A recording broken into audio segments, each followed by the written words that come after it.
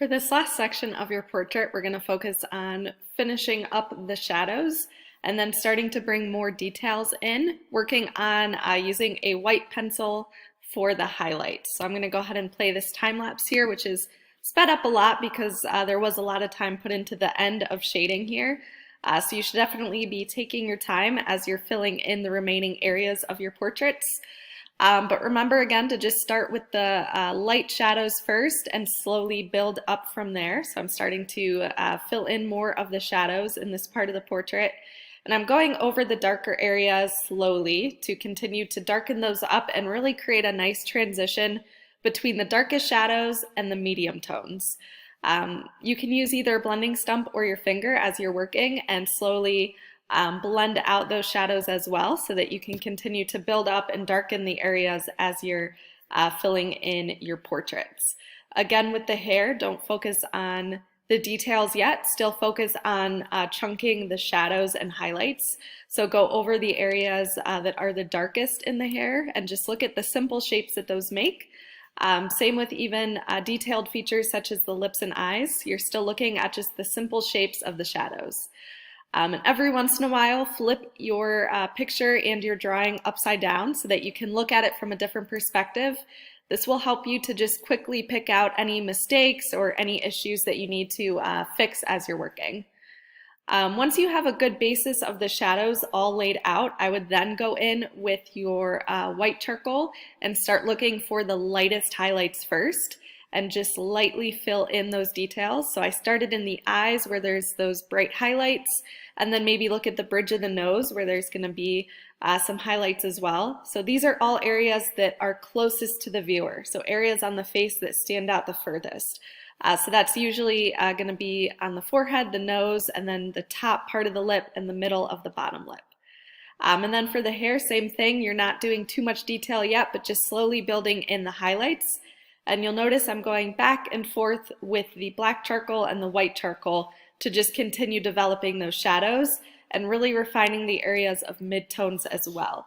So try your best to blend highlights and shadows together to still get those medium values, which are definitely important to have, just those areas of smooth transition.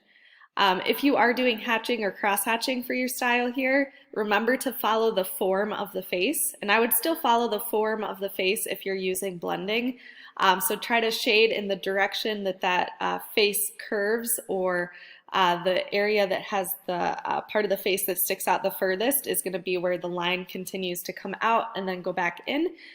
So just continue to build the layers. Look at the background. Do you have a dark background that you can fill in with a shadow to help enforce the contrast? And then again, just keep flipping that paper upside down. Start to refine the details only when you're sure that you have everything laid out as accurate as possible and you have the base highlights and shadows laid out. Then I would go in, start adding a little bit of texture for the eyebrows, the eyelashes, some of the hair you can go over with some lines to add a little bit of detail with the hair, and just really take your time again going back and forth.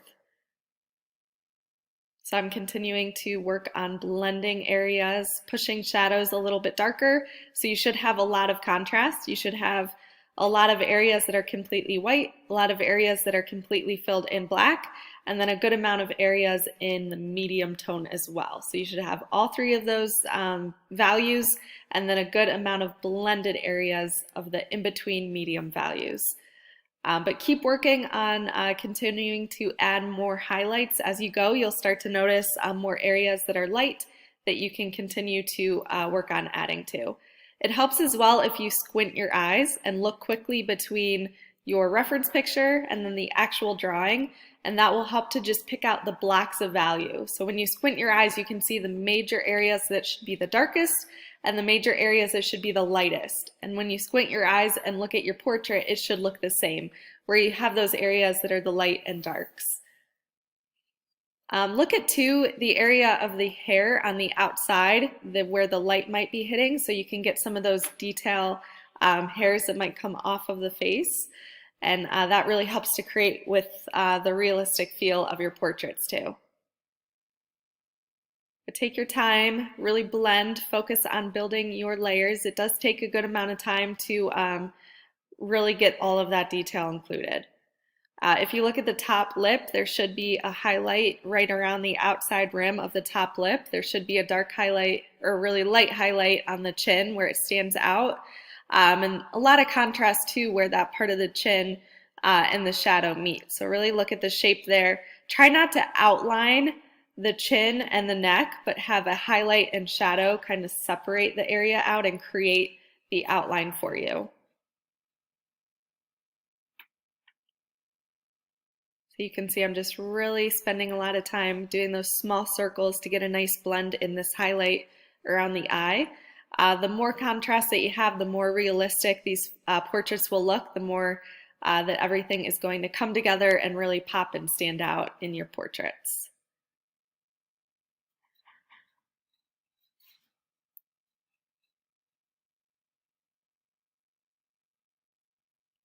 And something else that helps too that you might want to consider is take a picture on your phone of your portrait, and that way it flips your image and that gives you a new perspective as well, similar to flipping your portrait upside down. It reverses it. You could also hold it up to a mirror and that might help you see it from a different angle. But if there's an area that doesn't look right, maybe try to covering up the nose and see if that helps. And if there's some issue with the nose that you need to fix, double check your measurements. You can measure your eyes compared to the width of your nose if something looks different there off, and that might help. Really spend a good amount of time blending. Make sure those medium values are faded nicely in between the highlights.